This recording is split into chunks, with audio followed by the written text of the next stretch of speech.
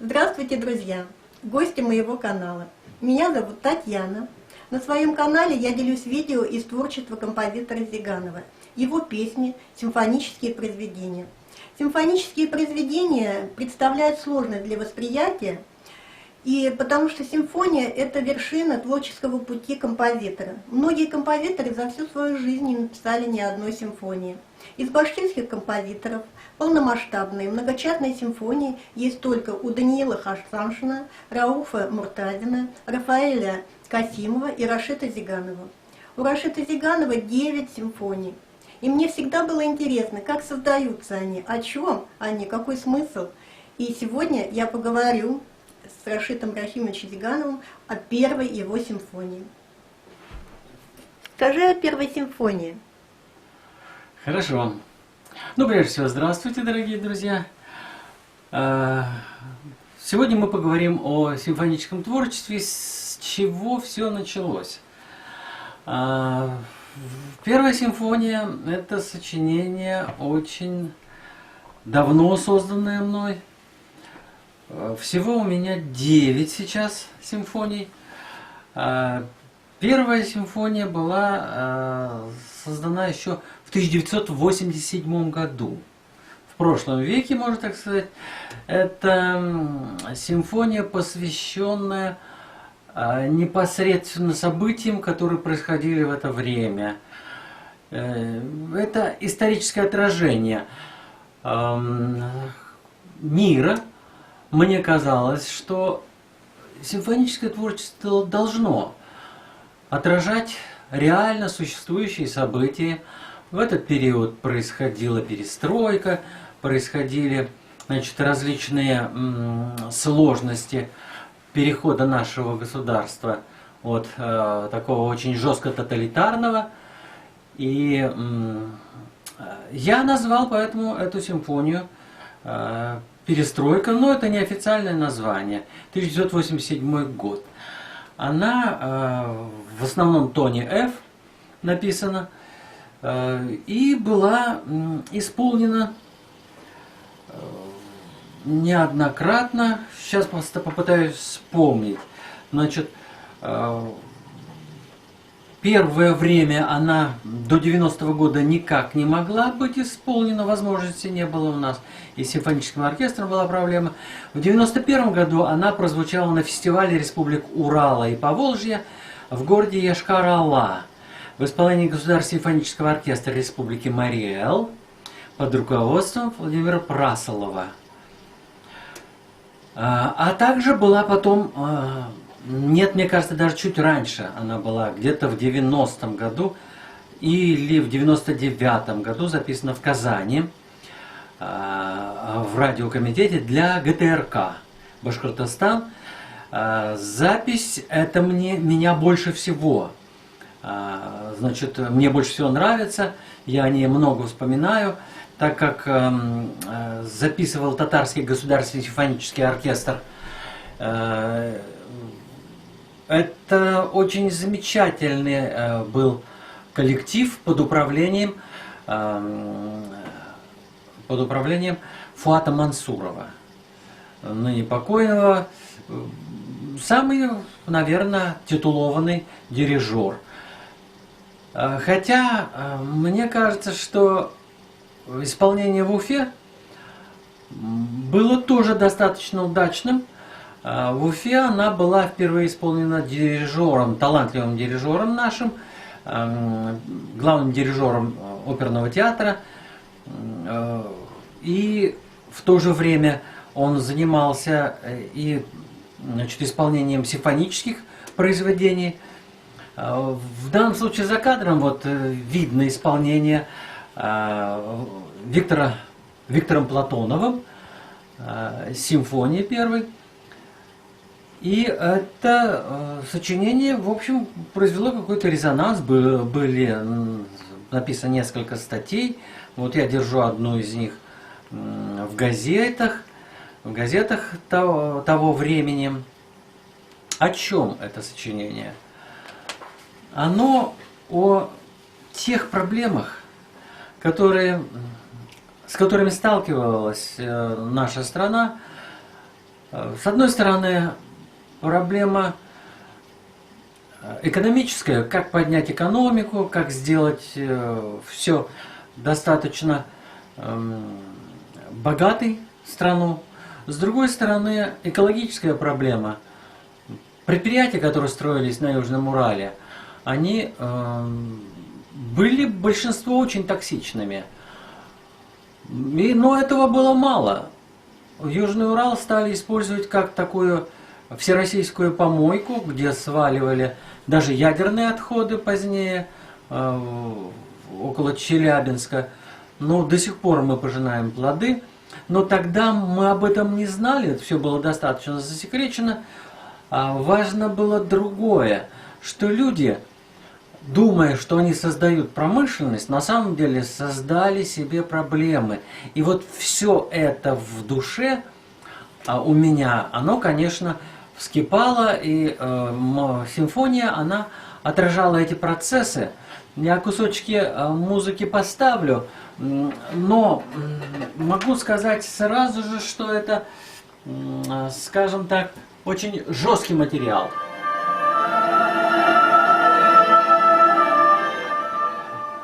Так, сейчас попробуем найти все-таки главную партию. Главная партия, как она выглядела.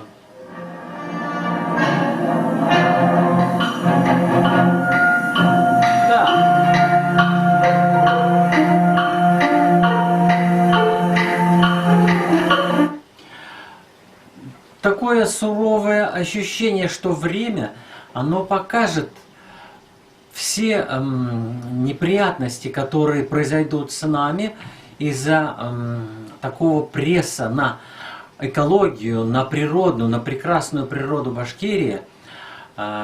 И, в общем, тогда, еще в 1987 году, я болел и предвидел все, что произойдет, и вы, наверное, знаете, что и рутений, и фенол, и все эти трагедии экологические, они как в зеркале отразились в этой музыке.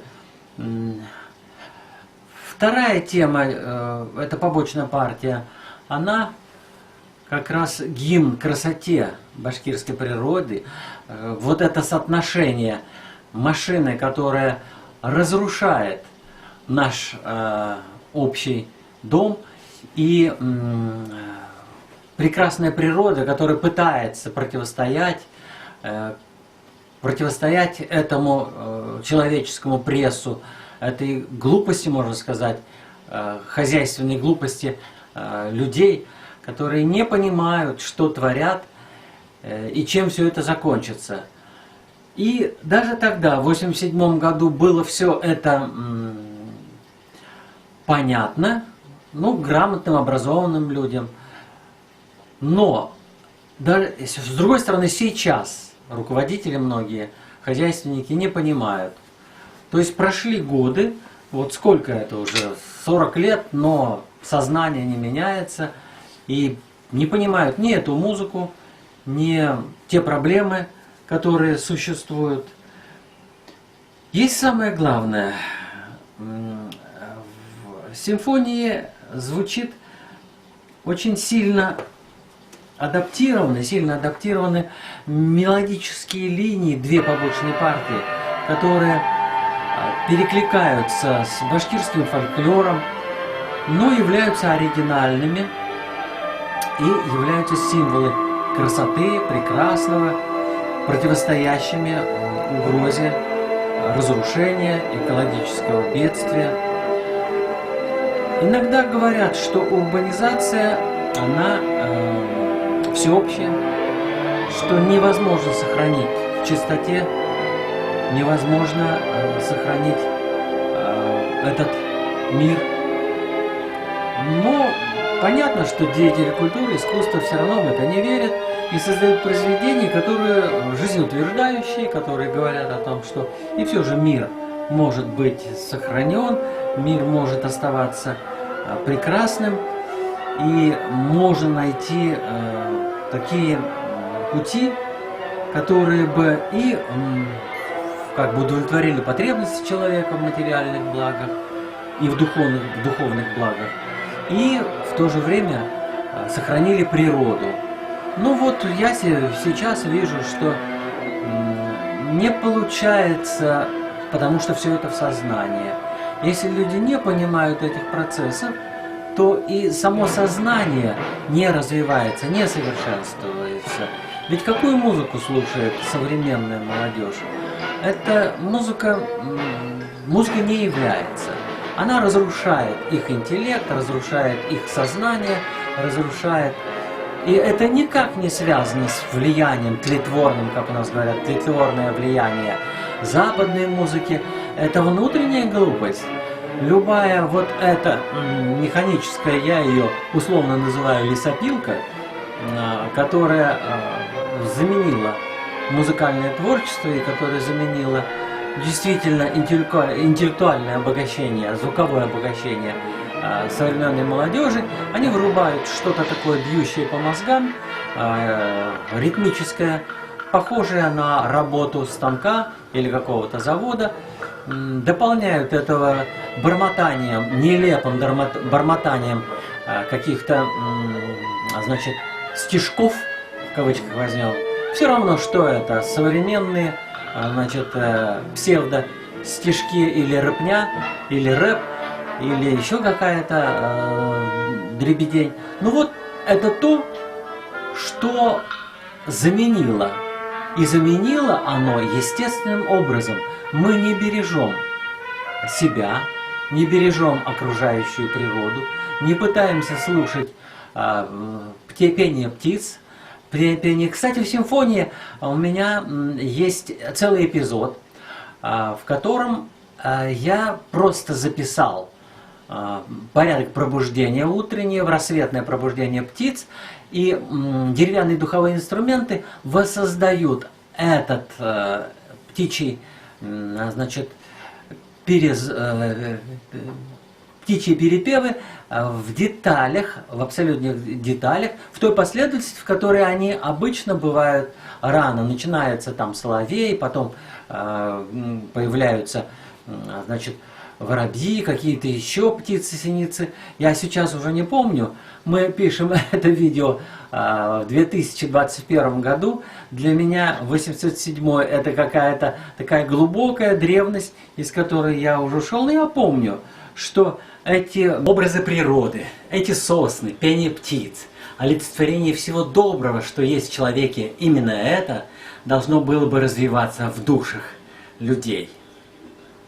Если бы мы шли по направлению правильного и индивидуального интеллектуального совершенствования.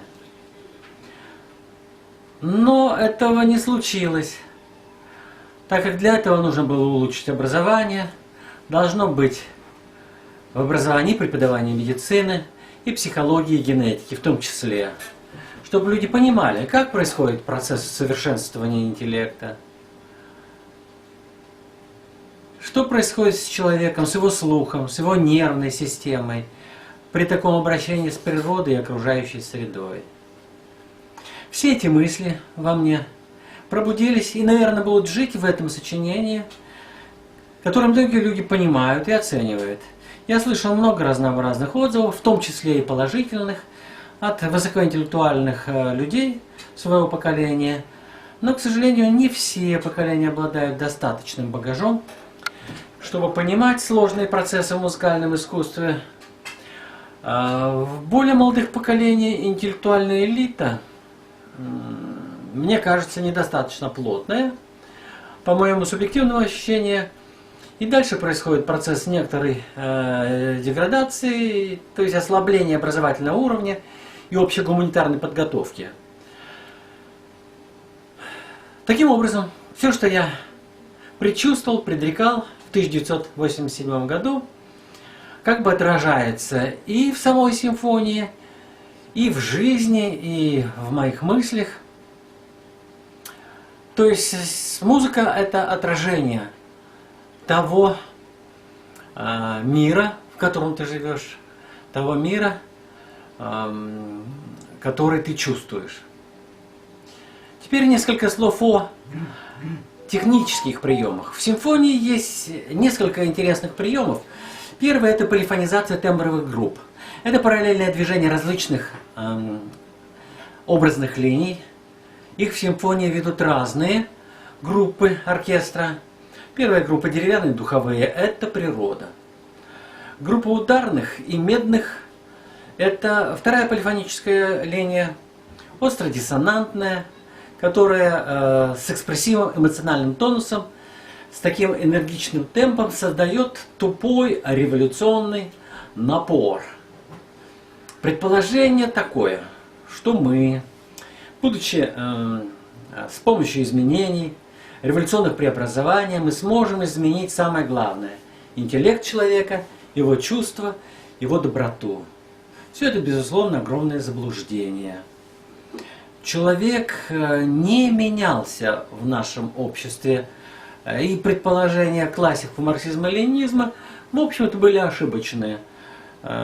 Требовались стимулирование, требовалось особое поощрение наиболее интеллектуальных и развитых людей общества, а не уравниловка и не вот эта всеобщая нищета. Третья линия – это струнная группа. Это олицетворение чувств, переживаний, сопереживаний, то есть способности к эмпатии. Это душа человека. Каждая группа выполняет свою функцию в музыкальном произведении. Линии сталкиваются в симфонии, и становится понятно, что только доброта, только красота с большой буквы, доброе отношение к человеку является истинным направлением развития цивилизации, развития искусства, да и, пожалуй, политики и общества в целом. Мне тогда казалось, что это вот моя такая находка или предположение в те годы, что, как я понял, должно было развиваться в людях, и это должно было развиваться в обществе в целом. Ну, как вы понимаете, страна шла другим путем, тем, которым она шла. И здесь я, пожалуй, не буду вдаваться в политические подробности. Сейчас они даже опасны. В 2021 году разговор на эту тему, а туда ли мы едем, чреват последствиями. Так, у вас какой-то вопрос. Ну ладно, я отвечу. Так, перестройка. Это было тяжелое время. Я уверен в том, что сама по себе это правильная позиция Михаила Горбачева. Страна не могла развиваться, идя вот по прежнему пути, она продолжала деградировать бы, и поэтому он попытался изменить ситуацию. Ну, скажем так, народ не готов был меняться. Ему нужен был лидер тоталитарного толка, вроде Сталина, а не демократ Горбачев. Да и поколение новое еще не появилось. Естественно, Горбачев был освистан, обруган, хотя мне казалось, что он был просто замечательный человек. Он дал возможность нам всем понять, что есть другой способ развития, есть способ нахождения общего языка с демократическими государствами. Ну, этот путь показался нам неправильным. Тебе тяжело писалось или легко? Так, отвечая еще на один вопрос, тяжело ли писалось? Да, тяжело. Тяжело писалось это сочинение по многим причинам. И мысли были сложные. Да и в целом в то время симфония вообще тяжело писалась, это долгий процесс. Помимо вдохновения, здесь много технических задач и реализации. Это не простая песня, которую можно сделать за 15 минут. Симфония пишется годами, иногда с перерывами. Я был не уверен, стоит ли мне описывать все эти процессы. Там были сложные, такие как ГКЧП, еще какие-то вещи. Сейчас я не помню, приходили ли такие тенденции, как возврат к сталинизму. Я очень негативно отношусь к к этому явлению была еще Андроповщина. Ну, в общем, всем казалось, что мы куда-то катимся назад. И это была страшная картина. Поэтому я был не уверен, можно ли вообще говорить о содержании симфонии. Но сейчас, в 2021 году, я чувствую, что волны приходят и уходят. Истина должна остаться. Мне хочется говорить и помнить, о чем я думал, когда писал первую симфонию. Потому что я был убежден, что есть светлый путь, правильный путь, что мы придем к истинной чистоте природы, к здравомыслию, к демократии, к доброму отношению друг к другу.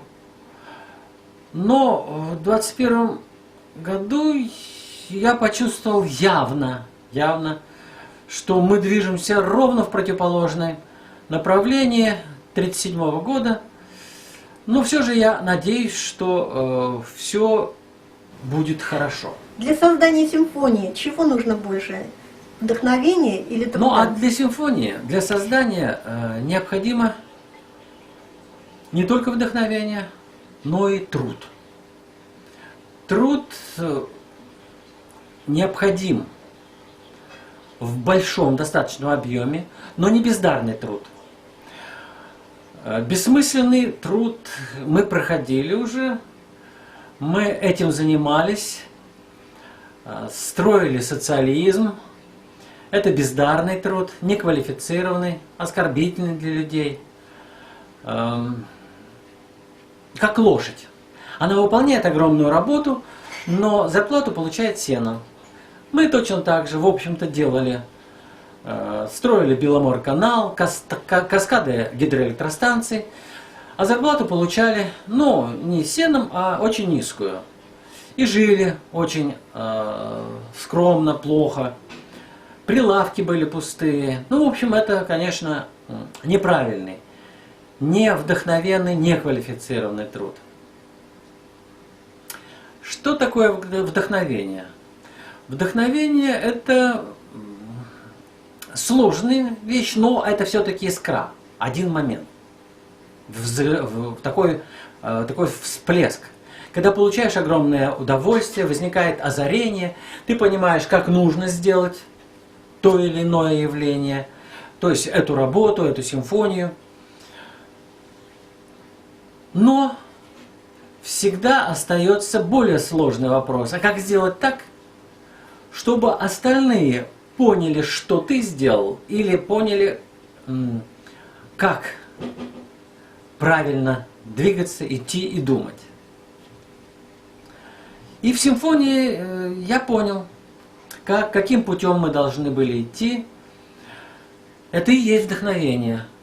Вдруг понимаешь, что есть правильный, интересный способ передачи информации, знания через искусство, через симфонические произведения. Такая зашифрованная трансляция в следующее поколение.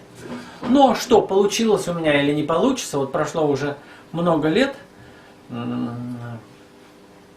Посмотрим, получится, нет.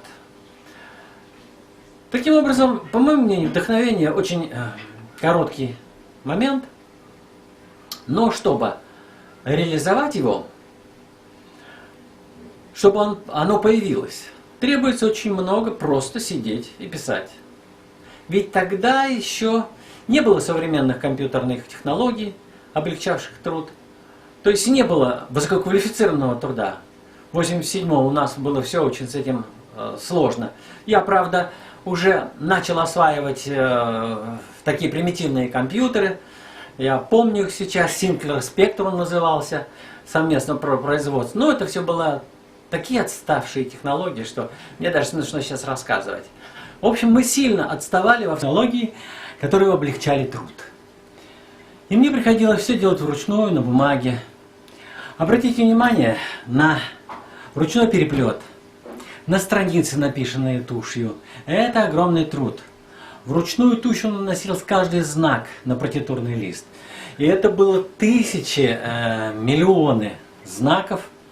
Но мало было написать партитуру. Требуются еще голоса, оркестровые партии.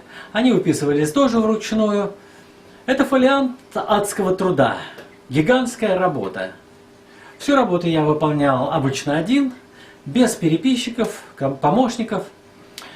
И этим отличался от многих композиторов, которые использовали труд, ну, в кавычках, рабов.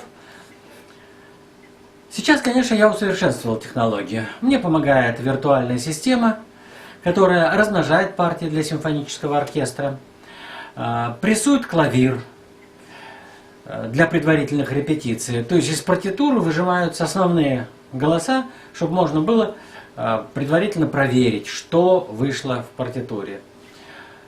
Но все это все равно требуется какая-то ручная работа.